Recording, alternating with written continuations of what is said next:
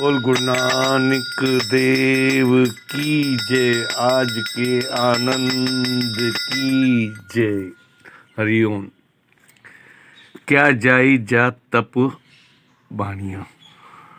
अब देखो कितनी बड़ी तपस्या है कि हम सिर्फ गुरु के वचनों को लेना है। अलग अलग संत देखो ना कितनी तपस्या करते हैं। हमारे गुरु नानक साहब जी के ग्रंथ साहब में कहे, ग्रस्त में रहे जो उदास, नानक ताका मिदास। अब ग्रस्त में रहे जो उदास का मतलब क्या है? हम समझते हैं सैडनेस, नहीं।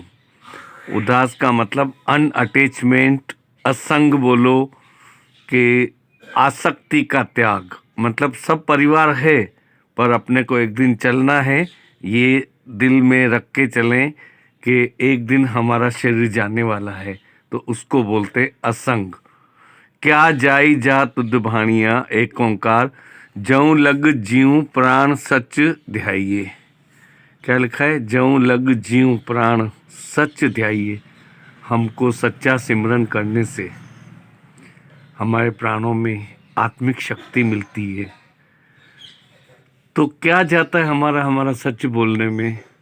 नहीं, झूठ नहीं बोलेंगे तो मज़ा नहीं आएगा। तो झूठ बोलो, किसी की जान बचानी हो, किसी को कैद से छुड़ाना हो, किसी का बहुत बड़ा नुकसान हो रहा हो, तो बोलेंगे कि भाई ना, संत बोलते हैं कि भाई कोई करोड़पति का पैसा खा जाता है करोड़ों में, तो बोलते हैं समुंदर से लोटा ले लिया।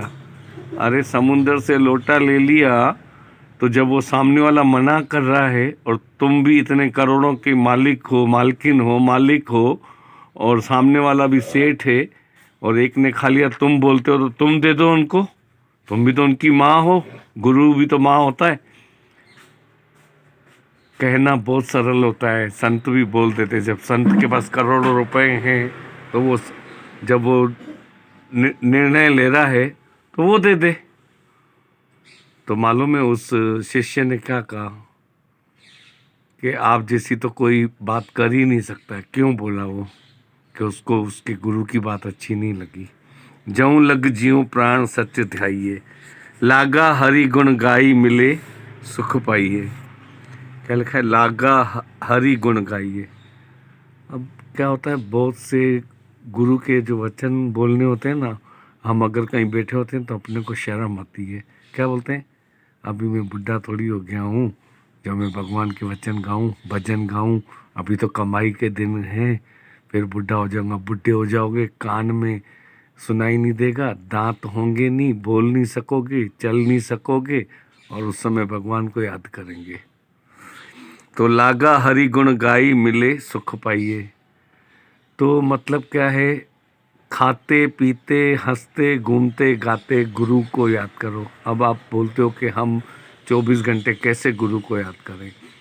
अब रात की निद्रा में तो अपन सोते हैं तो गुरु को अरदास करके सोएं, हे ईश्वर, मैं आपकी गोद में सो रहा हूँ, मैं आपका लाडला बेटा हूँ, मुझे सुबह जल्दी उठाना, अच्छी अच्छी नींद कराना। ये आपके 4 पैर तो ऐसे ही गुजर गए नींद में। चलो 3 पैर किसी के। आप स्नान करते हो, बोलो भगवान को करा रहा हूँ। खाना खाते हो, भोजन खाते हो, बोलो प्रसाद ग्रहण कर रहा हूँ, भगवान को खिला रहा हूँ। कहीं बाहर जाते हैं, बोलो चलिए भगवान साथ में चलिए। एक पैसा भी खर्च नहीं होता है। पर क्या करें ना गुरुजी, हमको बहुत शर्म आती है, मन है ना बहुत शर्माता है। तो इसलिए कहता हूँ कि आईने से बात किया करो। लागा हरि गुण गाए मिले सुख पाइए राव, सच्ची तेरी कार देई दयाल तू। सच्ची तेरी कार देई दयाल तू, हूँ जीवा तुद सालाई से टेक अपार तू। कल का सच्ची तेरी कार देई दयाल तू। अब देखो, सच वालों की ही ईश्वर सुनता है बहुत जल्दी और उनको दर्शन देता है, प्रसन्न रहता है, हर बात मानता है। हूँ जीवा तुद सालाई में टेक अपार तू, दूजा दर सेवक दरवान दर्द तू जाने। अब जिसको दर्द होता है तो क्या बोलते हैं, उसको तकलीफ होती है।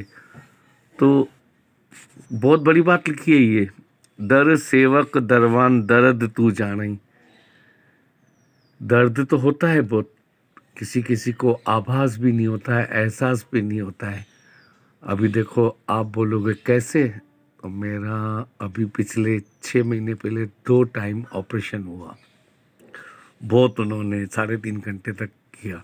मैंने 3.5 घंटे तक की गुरु का सिमरन किया, भजन गाए, सब कुछ गाए और हंसता हुआ बाहर आया तो डॉक्टर बोलते हैं कि बोलो दर्द है। मैंने कहा दर्द है ही नहीं तो कहाँ से बोलूँ, दर्द है ही नहीं।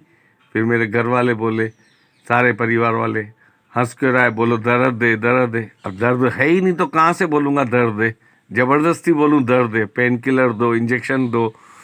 तो दर्द सेवक दरवान दर्द तू जानी, उन्होंने दर्द ही हर लिया ईश्वर ने। तो ये मेरा सच्चा अनुभव बता रहा हूँ, अभी की बात है ये, मार्च और मई की। भक्ति तेरी हैरान दर्द गवावई। अब देखो आ गई बात, भक्ति तेरी हैरान दर्द गवावई।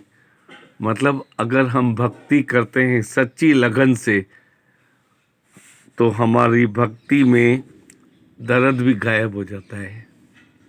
अब देखो वचन में भी आ गया है, जो मैंने किस्सा बताया, मैंने तो पढ़ा भी नहीं, अभी बता रहा हूँ। भक्ति तेरी हैरान दर्द गवावई।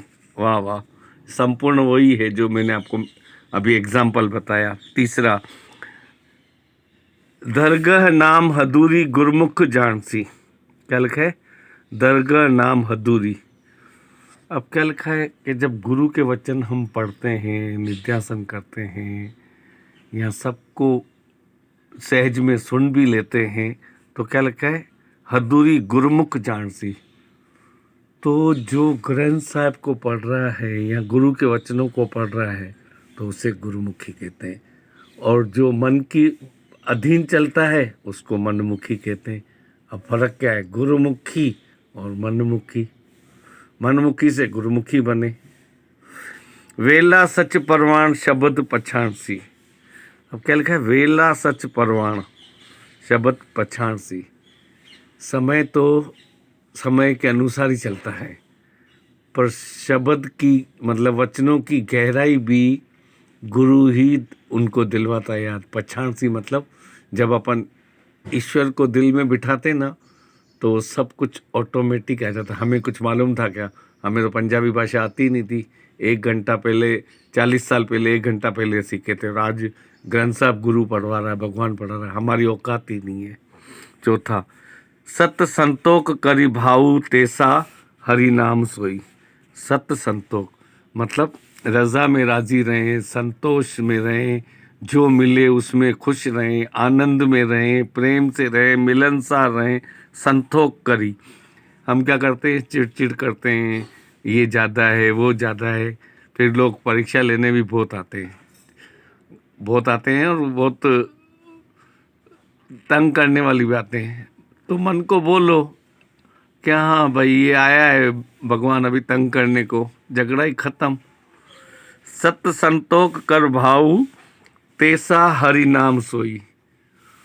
अभी क्या होता है कई बार है ना, बहुत से संत है ना, कभी कोई बात चलती होती ना, कहीं कथा करते होते हैं, कहीं बात करते होते तो बोलते हैं कि हमारा लिंक टूट गया, हमारा सिमरन में डिस्टर्ब हो रहा है। अरे तो मन मनाभाव होके का मतलब क्या है? तुम्हारा उधर ध्यान क्यों गया? हमारा ध्यान तो सिर्फ वचनों में जाना चाहिए। कई संत को देखा है हमने, सत्संग में भी देखा है, भाई डिस्टर्बेंस हो रहा है, बाहर से स्कूटर की आवाज़ के लिए डिस्टर्बेंस बंद करा के आओ। तो वो अगर 4 सत्संगी उठ के जाएंगे तो संपूर्ण सत्संगी को डिस्टर्ब नहीं हुआ, खाली संत को हुआ, सारे सत्संगियों को होता है।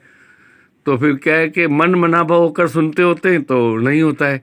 अब आपने एक कहानी सुनी हुई है, एक बार एक राजा कहीं जा रहा होता है बाजार में, तो सारी भीड़, भाई राजा है महाराज है, राजा है महाराज है, बैंड बाजों के साथ, फूल माला के साथ बहुत।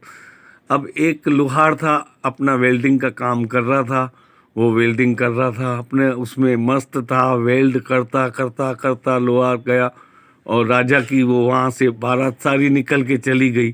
फिर पड़ोसी ने पूछा तुम इतना वेल्ड में लगे हो, इतनी आवाज़ें, इतनी धूम आई, इतनी सब कुछ आया, तुम्हें मालूम नहीं पड़ा?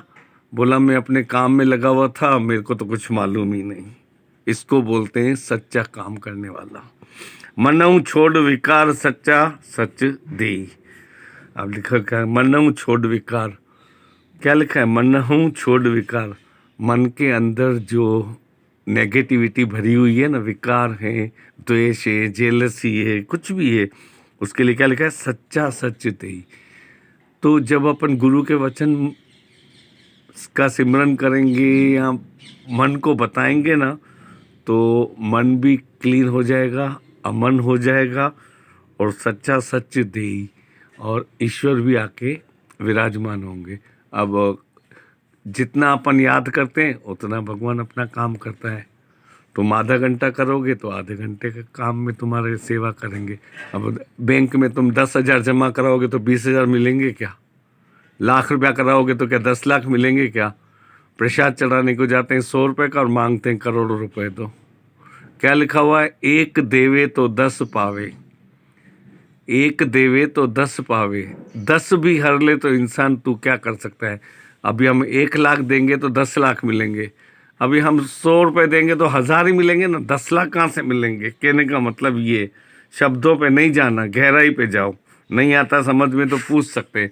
बोल गुरु नानक देव की जय, आज के आनंद की जय। बाबा गणेश दास, पिता हरिश्चंद्र जी, सुशीला देवी बुआ जी, बड़े दादा भगवान, गीता भगवान, कृष्ण भगवान, श्याम दादा भगवान, मम्मी भगवान, निमी भगवान, सभी गुरुओं की जय। आज के आनंद की जय। मेरी मुझको नमस्कार।